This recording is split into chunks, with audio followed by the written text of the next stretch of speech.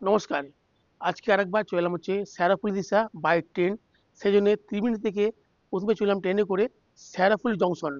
যদি তোমরা ট্রেনে করে আসো এবং ট্রেনে যদি থাকো, তাহলে শেরাফুলিতে নামার আগেই কিছুক্ষণ আগেই তোমরা ট্রেনের গেটের কাছে চলে আসবে। না হলে ট্রেন থেকে নামতে পারবে না। যেটা আমার ক্ষেত্রে হয়েছিল। কিছুক্ষণের জন্য মনে হচ্ছিল যেন আমি ট্রেন থেকে নামতে পারবো না। তো যাই হোক, বেশ কিছু ঠেলাঠেলি করার পরে আমি ট্রেন থেকে নামতে পারি। নেমে ওখান থেকে পায়ে হেঁটে মাত্র ২ মিনিট টাইম লাগছে। ২ মিনিটের মধ্যে আমরা পৌঁছে গেলাম হচ্ছে শেরাফুলি দিশা আই হসপিটাল। শেরাফুলি দিশা আই হসপিটালে আমি অনলাইন অ্যাপয়েন্টমেন্ট নিয়ে নিয়েছিলাম এবং আমার অ্যাপয়েন্টমেন্টের টাইম ছিল হচ্ছে সকাল ৯টা এবং আমি ত্রিবেণী থেকে সকাল ৮টা ট্রেন ধরি এবং আমি মোটামুটি ৯টার মধ্যেই আমি শেরাফুলি দিশা আই হসপিটালে পৌঁছে যাই।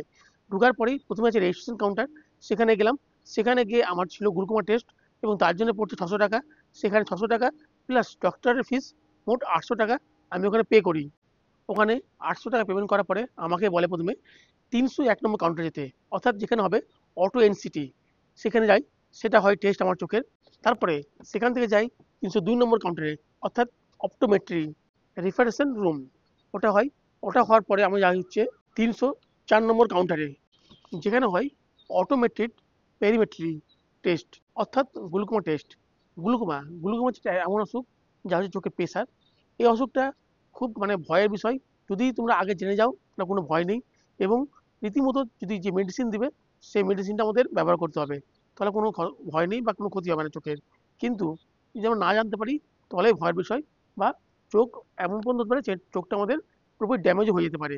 আর সেই সঙ্গে এই অসুখটা হচ্ছে একটা জেনেটিক অসুখ। অর্থাৎ যদি আমার ফ্যামিলির কারোর হয়ে থাকে তাহলে সেটা বংশ পরম্পরায় অনেক সময় চলে আসে। সেই জন্যে ফ্যামিলি কারো হয়ে থাকলে তাদের মানে বংশ পরম্পর যারা আছে তাদের সবারই চোখের এই টেস্টটা অবশ্যই রাখা উচিত, মানে করা উচিত। সেই জন্যে গ্লুকোমা টেস্ট যেমন করবে। এই অসুখটা কীরকম, মানে প্রথমে আমরা যে সাধারণত ধরতে পারি না, কারণ আমরা যখন মনে করি একটা কোনো গোল সার্কেল যদি অংশ দেখতে পারি, সেই সার্কেলের পুরো মানে বৃত্তটা আমরা দেখতে পাচ্ছি। কিন্তু এই অসুখটা হলে সেই বৃত্তটা আস্তে আস্তে ছোট হবে। তার ফলে কি, মানে না দেখা একসময় বন্ধ হবে না, কিন্তু আস্তে আস্তে ছোট হবে। তার ফলে আমরা বুঝতে পারবো যে আমরা দেখছি, ঠিকমতো দেখছি। এটা আমাদের ফিল হয় বা অনুভব করি। তার ফলে আমরা সেই চোখের কোনো রকম মানে অসুবিধা হয় না বলে আমরা ডাক্তারকে দেখাই না। কিন্তু আস্তে আস্তে ছোট হতে পুরো আমাদের চোখটা অন্ধ হয়ে যাবে বা ব্লাইন্ড হয়ে যাবে।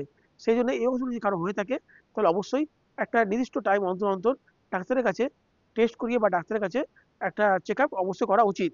যেমন কি বললাম তোমাদেরকে, এই টেস্টটা করার জন্য আমার লাগছে ৬০০ টাকা এবং এই টেস্ট করতে বেশ সময় সাপেক্ষ। সেই জন্য প্রথমে তোমাদেরকে দেখাবে যে একটা বক্স আছে, সেই গোলের মধ্যে। সেই গোলের মধ্যে ৪টে লাইট জ্বলছে। সেই ৪টে লাইটের মাঝখানে যখন লাইটটা জ্বলবে, সেই লাইটটা যখন জ্বলবে তখন আমাদের একটা সুইচ দিবে। সেই সুইচটা প্রেস করতে হবে কন্টিনিউ একটা এইভাবে।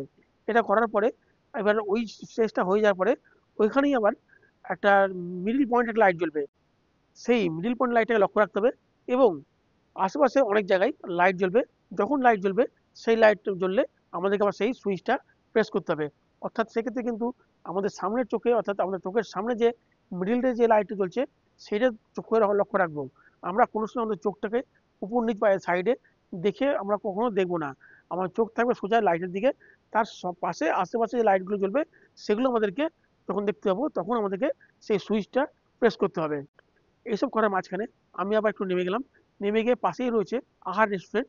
ওখানে গিয়ে একটা ডিম টোস্ট আর চা খেয়ে নিলাম।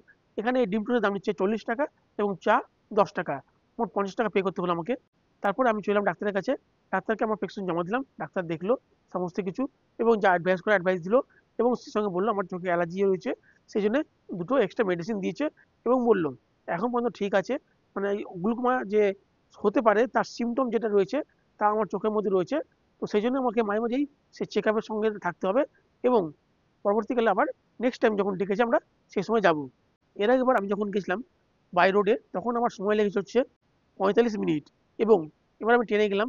আমার ট্রেনের টাইম ছিল ত্রিবেণীতে ৮টা। ওখানে পৌঁছেছি মোটামুটি ৮টা ৪৫ কি ৫০-এর মধ্যে। ওখান থেকে পায়ে হেঁটে লাগলো ২ মিনিট। ওখানে আমি পৌঁছে গেলাম। অর্থাৎ মোটামুটি ৯টার মধ্যে আমি আমার শেরাফুলি দিশা হাসপাতালে পৌঁছে গেছিলাম। তাহলে এই ছিল কিছু বিষয়। আবার শেরাফুলি দিশা হাসপাতাল সম্বন্ধে তোমার সঙ্গে তুলে ধরলাম। যদি ভিডিও ভালো লাগে লাইক করতে পারো, শেয়ার করতে পারো এবং চ্যানেল যদি নতুন থাকবে চ্যানেল সাবস্ক্রাইব করে সঙ্গে থাকবে। ভালো থাকবে, সুস্থ থাকবে। আবার দেখা হবে অন্যদিন অন্য কোনো ভিডিওতে। জয় হিন্দ, বন্দে মাতরম।